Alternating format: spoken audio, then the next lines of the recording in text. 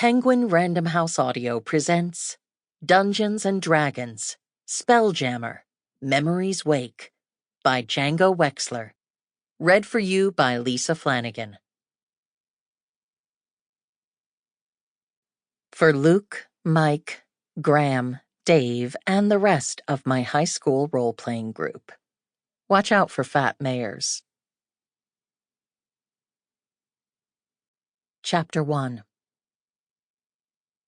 The sun hung directly overhead, forever unmoving, like a copper penny nailed to the vault of the empty blue sky. Sweat trickled down Axia's neck in spite of the broad straw hat she wore, and Flotsam huffed and complained.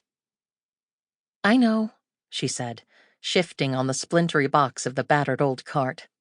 "You're hungry. We're almost there." The giant hamster huffed again, shifting in his harness and making the cart rock. Axia laughed. "Quit it," she told him sternly. "Zorik wants another load by the end of first shift." Flotsam grumbled but kept plodding along. The trail wound back and forth between the ridges that ran along the edge like an old woman's wrinkles. When Axia looked over her shoulder, she could see the bowl, like a party-colored cloth of browns and greens, with Harbor's cluster of buildings an ugly little wart in the center. Out here, the soil was too rocky for farming, and there was little to either side of the track but stones and scrub.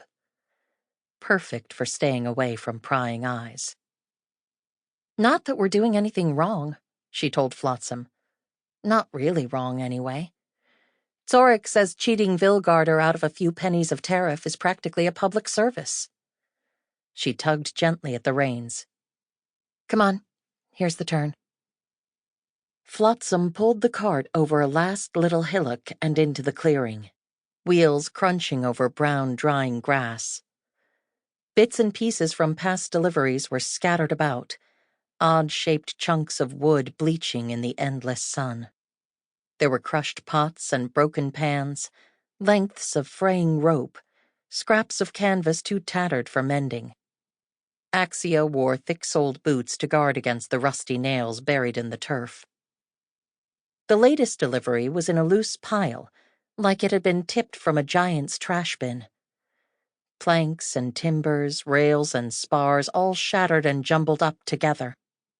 Once it had been a ship, sailing proudly among the stars and soaking in the sight of who knew what wonders.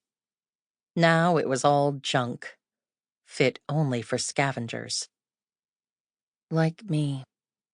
Axia gave a glum sigh, then shook her head vigorously. "That's enough of that," she said, in a parody of Zorik's accent. "Feeling sorry for yourself never earned anyone a copper."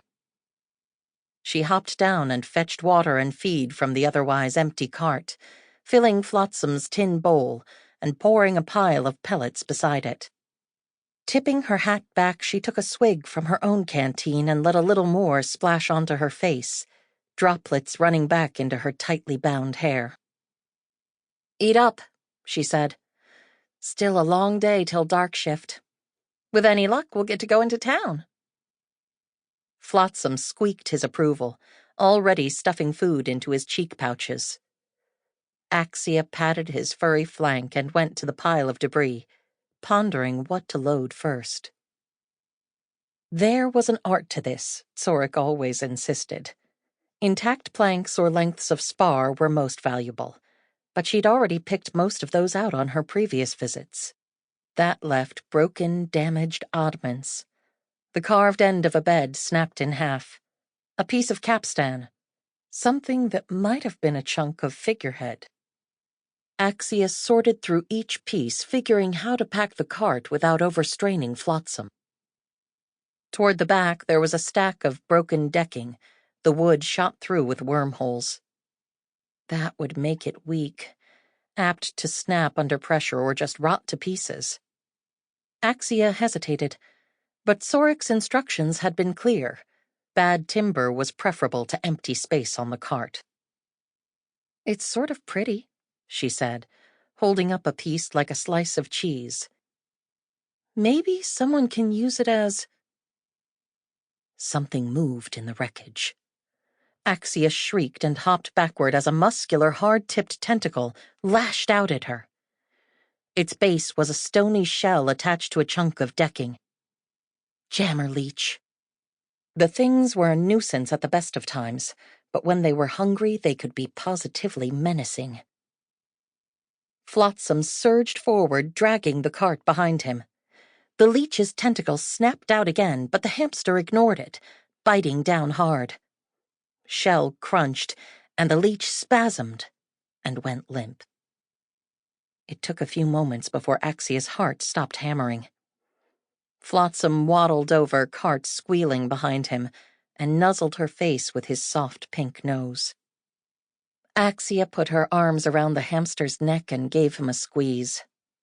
Something stung, and she noticed a long, shallow cut on her forearm where the leech had caught her. Flotsam's broad pink tongue flicked out, licking the blood away. "Quit it, dummy," Axia said, squeezing him again. "The last thing I need is a vampire hamster. You'd have to go live over the edge." Flotsam squeaked, not liking the sound of that. Axia pulled herself to her feet, still a little shaky. There was still space at the back of the cart, but the thought of picking past the dead leech to fill it with worm-eaten timber was suddenly unappealing. "Come on," she told the hamster, climbing aboard. "Let's go home." Zorik was angry, of course. "Stupid girl," he said again, watching her unload the cart. "Was it your memory you lost in the crash or your good sense? Maybe everything inside your head is broken, eh?" "My memory isn't broken," Axia said, mostly to herself. Zorik wasn't listening. She grunted as she picked up a spar and walked it over to the pile. "There's just nothing in it." "Pfah." Zorik jabbed angrily at the ground with his stick. He didn't need it to walk, really, but he liked to affect an aged fragility when he thought he could get away with it. His ruff of hair was certainly snow-white, but there was still a spry strength in him. Not that you'd know it from how much he helps out around here, Axia thought, probably unkindly. "I'll make another trip," she volunteered as he continued to glower. "I might get half a cartload." "No, you will not make another trip," he sing-songed, "because next you go to town, pick up order from Tsar the Butcher. Ha, Butcher." He spat on the ground. "Tsar the Miser, they should call him, the way he squeezes me. Client will be here before dark shift." Axia exchanged a glance with Flotsam and gave a long, suffering sigh. Zorik whacked the ground with his stick again. "None of that. Is there no gratitude in the world? So soon you forget what I did for you and begrudge me a little work?" It was a familiar refrain, and, Axia had to admit, an effective one. However much she might grumble, it was a fact that she owed him her life in more ways than one. The first thing she could remember was darkness, and the smell of rot and rust. She'd been trapped under a debris pile very much like the one she'd combed through today, heavy spars pinning her in place, splinters cutting her skin. Her panicked screams had gotten Zorik's attention, and her first sight in the world had been Flotsam's fuzzy face as he pushed the wood aside. Zorik's significantly less comforting face had followed, frowning as though discovering screaming girls in his rubble pile were an everyday annoyance. But he'd given her a blanket and a bowl of soup, and taken her back to his little shack to recover. When he discovered Axia knew nothing about herself, not even her name, he grudgingly agreed to let her stay another day in exchange for a few chores. Axia, still half-crazed with fear, had jumped at the chance to make herself useful, lifting and carrying, and so their partnership had begun.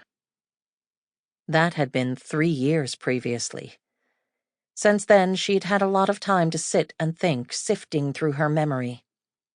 She knew things: how to speak common, which end of plants went into the ground, how to tie a sailor's knot, But as Sample complete.